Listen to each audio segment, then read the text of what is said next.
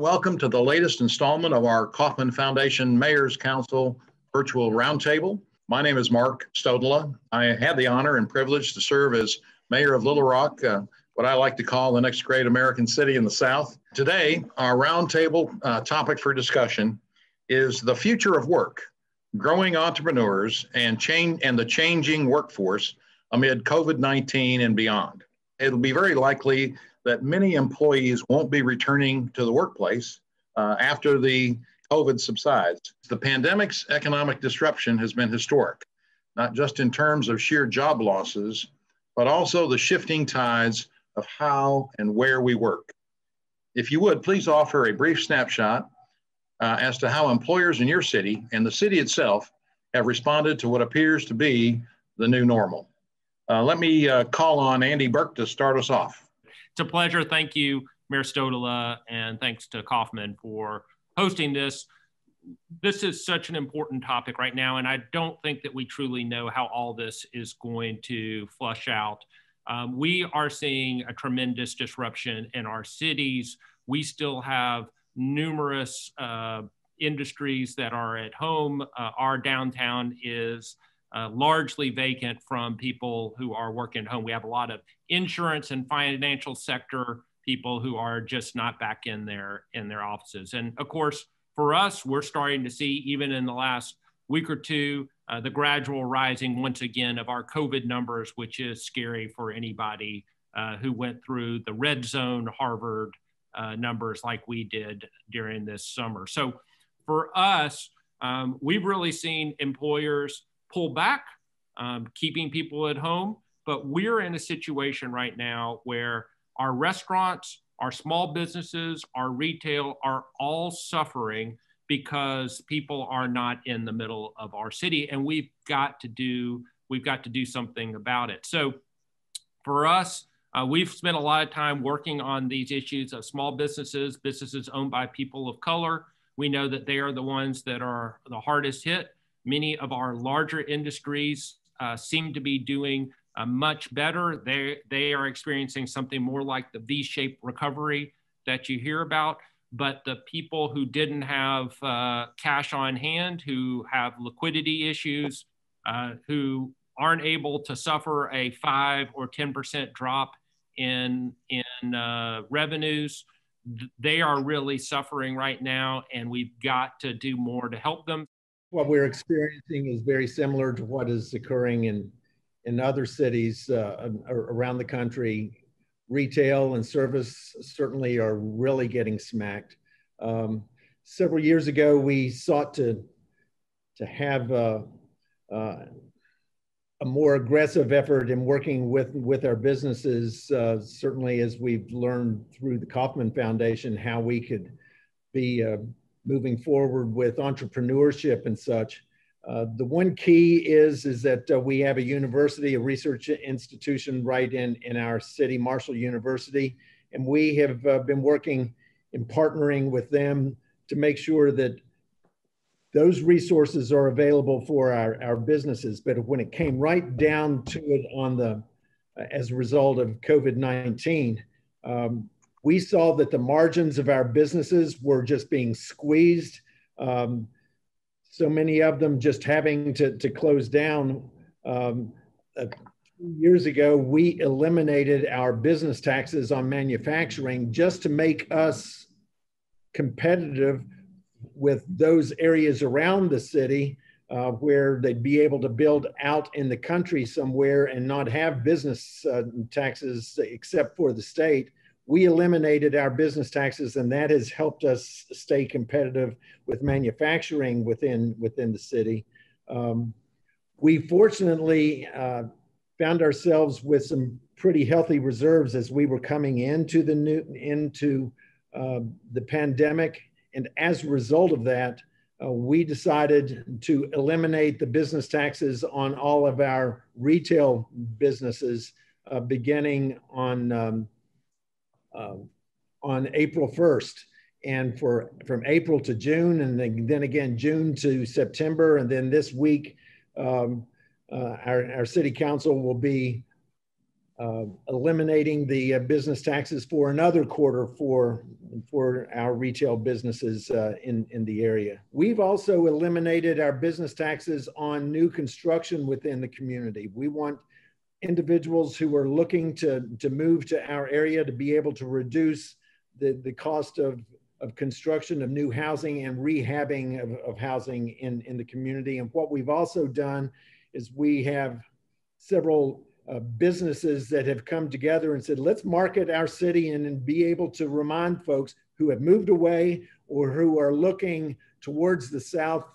We're targeting areas like Indianapolis and Pittsburgh and Chicago and such, individuals who might be looking to go south at the advantages of Huntington. And as a result of that, we have a fairly aggressive digital marketing program that we're utilizing as well. So we're looking at trying to reduce the cost of doing business and also highlight what the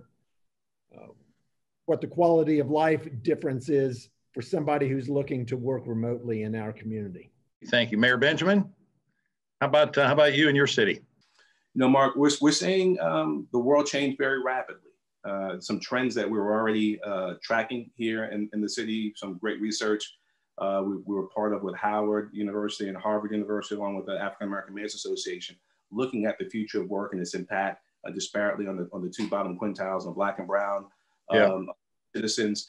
And we've watched all those trends over the last several months accelerate. Obviously, we have the pandemic, the economic disruption, as well as all of the issues around social unrest. All this fire, sinkhole, and tornado effect that has really accelerated a number of troubling trends as we look at the way that advanced machine learning, automation, and AI has just changed the world in which we live. It's interesting, just as some of you may have seen the Bloomberg Billionaires Index report just earlier today that shows this massive and growing disparity that has only accelerated economic disparity over the year. I think the 50 wealthiest people in the country now control more wealth than the bottom 165 million in this country.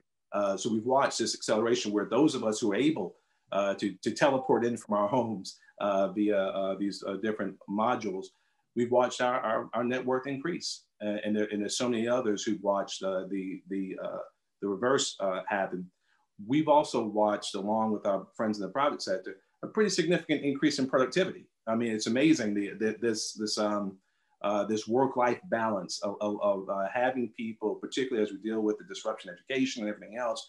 We're finding that people are actually dealing with all the other social issues, but happier, actually, also working from home, being able to take care of their families and the like. It's a real challenge.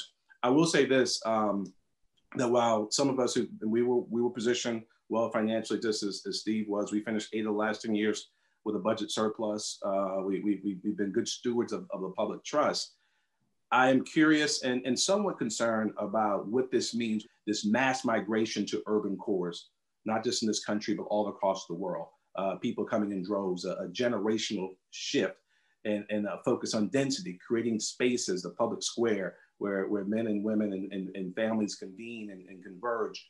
What the pandemic and a focus on decreasing that density, what it will mean for our economies of our cities that define our character. I've seen some of the challenges, disparities that exist grow, and we've been somewhat creative in meeting them. We just hit the 2 most challenging census tracts in our city with Wi-Fi, free Wi-Fi, to make sure our kids could stay tuned into school and the parents could continue to see educational opportunities. So I think you're starting to see this wonderful spur in creativity. And usually when it comes to us, there's the process of innovation and iteration that we all engage in, but there's also a whole lot of just idea sharing. I don't mind going to Steve's City or Andy's or Frank's or Little Rock and just stealing the very best ideas. And that's what we're going to continue having to do